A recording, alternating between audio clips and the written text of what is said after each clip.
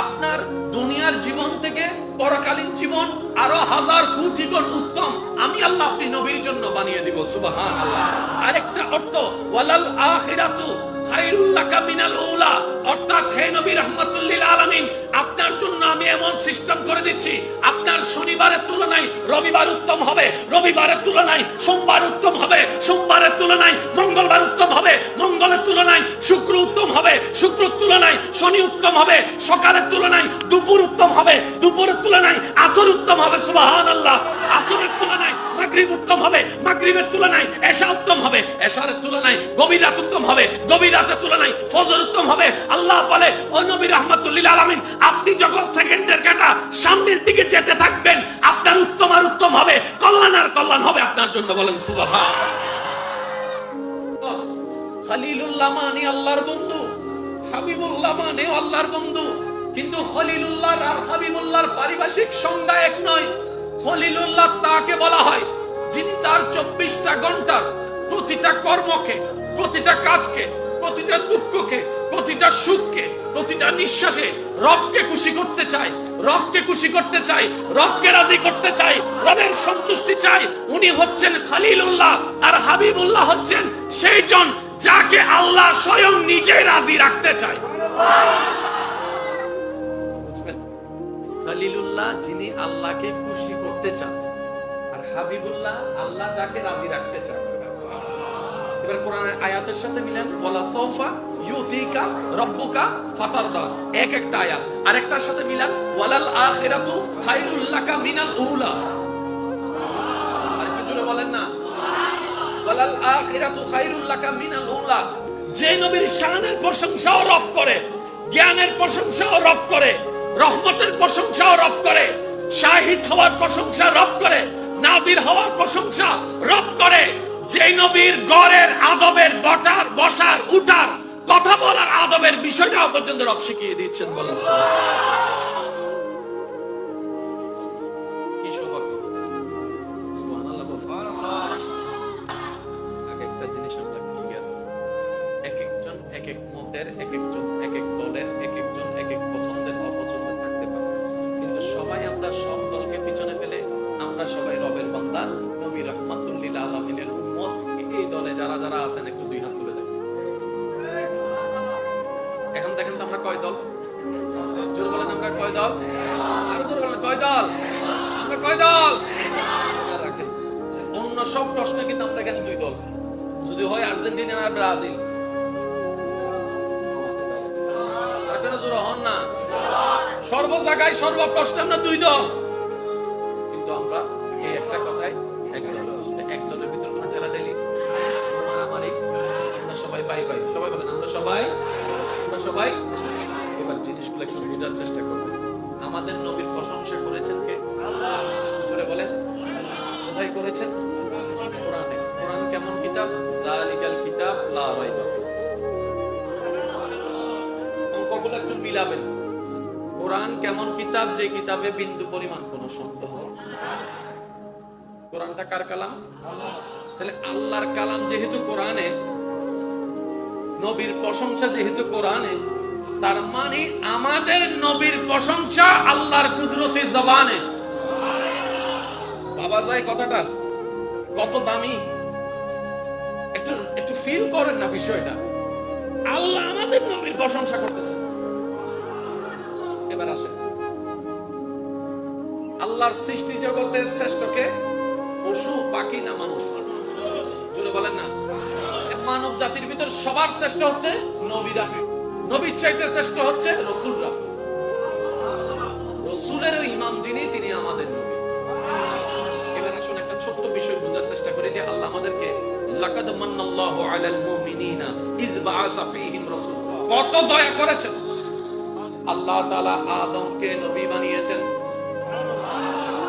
আমি বলবো আস্তে, আপনাদেরকে বলতে হবে সুবহানাল্লাহ জোরে। নবীরা হচ্ছে আল্লাহর সৃষ্টিতে খুব হাই গ্রেডের বান্দা, রাসূলরা হচ্ছে একদম হাই গ্রেডের বান্দা, ভিআইপি মানে সুপার ভিআইপি। আর আমাদের নবী হচ্ছে ভিআইপি এর ভিআইপি। আল্লাহ তাআলা আদমকে নবী বানিয়েছেন, নূহকে নবী বানিয়েছেন, মুসাকে কালিমুল্লাহ বানিয়েছেন। ঈসাকে রূহুল্লাহ বানিয়েছেন, দাউদকে খলিফাতুল্লাহ বানিয়েছেন, ইব্রাহিমকে খলিলুল্লাহ বানিয়েছেন। উলামায়ে কেরাম মওজুদ আছেন, ওনাদের দোয়াকে সাথে নিয়ে বলার চেষ্টা করছি। ইব্রাহিমকে খলিলুল্লাহ বানিয়েছেন। খলিলুল্লাহ মানে আল্লাহর বন্ধু, শব্দটা খেয়াল করবেন। খলিলুল্লাহ মানে আল্লাহর বন্ধু। তো খলিলুল্লাহ কার উপাধি? বলে যে এটা ইব্রাহিম নবীর উপাধি। এবার আমরা সবাই আমাদের মন প্রাণ দিয়ে আল্লাহর দরবারে আরজ রাখলাম, আল্লাহ ইব্রাহিম তোমার নবী, তুমি ওনাকে খলিলুল্লাহ বানিয়ে তোমার বন্ধু বানিয়েছো, তোমার বন্ধু স্বীকৃতি দিয়েছো। আবার আমাদের নবীকে হাবিবুল্লাহ বানিয়েছো। হাবিবুল্লাহ মানেও তো আল্লাহর বন্ধু, খলিলুল্লাহ মানেও তো আল্লাহর বন্ধু।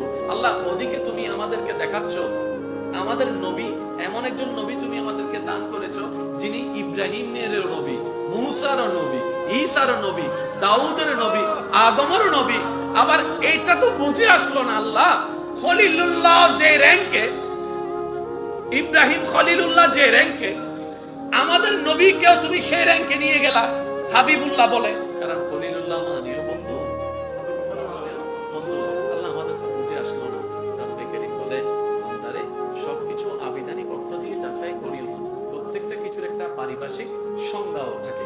এবার উলামায়ে কেরামের কাছে যখন আমরা বুঝতে গেলাম, কি সৌভাগ্য আমাদের, আল্লাহু আকবার, আল্লাহু আকবার, কি ভাগ্য আমাদেরকে। আল্লাহ কত বড় দয়া করেছেন, এমন একজন নবী রাহমাতুল লিল আলামিনের উম্মত হওয়ার সুযোগ দান করে।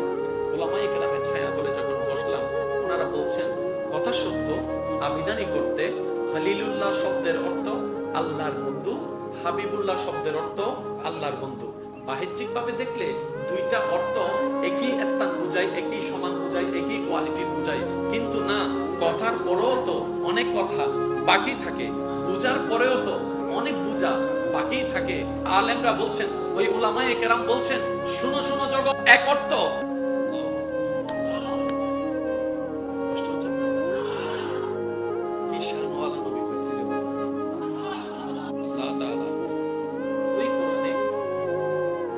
যেই নবীদের সম্মান জীবনে বর্ণনা করেছেন, ওই কোরআনে আল্লাহ তাআলা যেখানে নামাজের কথা বলেছেন, রোজার কথা বলেছেন, সেইখানে আল্লাহ তাআলা আমাদের নবীর প্রশংসা করেছেন। একটু জোরে বলা যাবে? নবী রহমত, আল্লাহ বানিয়েছেন রহমাতুল লিল আলামিন, এটাও আল্লাহ কোরআনে বলছেন। তো এটা তো কোরআনে বলার দরকার ছিল না। আল্লাহ পাক বলে যে না, এটা তোদের জানতেও হবে, মানতেও হবে। এই নবীর কে আল্লাহ কি কি দান করেছেন, আকার ইঙ্গিতে অনেক জায়গায় অনেক কথা বলেছেন। এতটুকু বললো একটা বুঝলো তো, কিন্তু সূরা আহজাব পড়লে দেখা যায় আল্লাহ এতটুকে সীমা রাখেননি। নবীর দরবারের বসার আদব, বলার আদবটা পর্যন্ত আল্লাহ কোরআনে শিখাই দিয়েছে। লা তারফাউ আসওয়াতাকুম ফাওকা সাওতিন নবী। কি সৌভাগ্য আমাদের, কি সৌভাগ্য আমাদের, কি রাজকপাল আমাদের, এমন একটা নবীর উম্মত হওয়ার আপনাকে আমাকে আল্লাহ তাআলা সুযোগ করে দিয়েছেন। আপনার দুনিয়ার জীবন থেকে পরকালীন জীবন আরো হাজার কোটি গুণ উত্তম আমি আল্লাহ আপনি নবীর জন্য বানিয়ে দিব। সুবহানাল্লাহ। আরেকটা অর্থ, ওয়ালাল আখিরাতু খায়রুল লাকা মিনাল উলা, অর্থাৎ হে নবী রাহমাতুল লিল আলামিন, আপনার জন্য আমি এমন সিস্টেম করে দিচ্ছি, আপনার শনিবারের তুলনায় রবিবার উত্তম হবে, রবিবারের তুলনায় সোমবার উত্তম হবে, সোমবারের তুলনায় মঙ্গলবার উত্তম হবে, মঙ্গলের তুলনায় শুক্র উত্তম হবে, শুক্রের তুলনায় শনি উত্তম হবে, সকালের তুলনায় দুপুর উত্তম হবে, দুপুরের তুলনায় আসর উত্তম হবে। সুবহানাল্লাহ। আসরের তুলনায় মাগরিব উত্তম হবে, মাগরিবের তুলনায় এশা উত্তম হবে, এশারের তুলনায় গভীর রাত উত্তম হবে, গভীর রাতের তুলনায় ফজর উত্তম হবে। আল্লাহ বলে, ও নবী রাহমাতুল লিল আলামিন, আপনি যখন সেকেন্ডের কাঁটা সামনের দিকে যেতে থাকবেন, আপনার উত্তম আর উত্তম হবে, কল্যাণ আর কল্যাণ হবে আপনার জন্য। বলেন সুবহানাল্লাহ।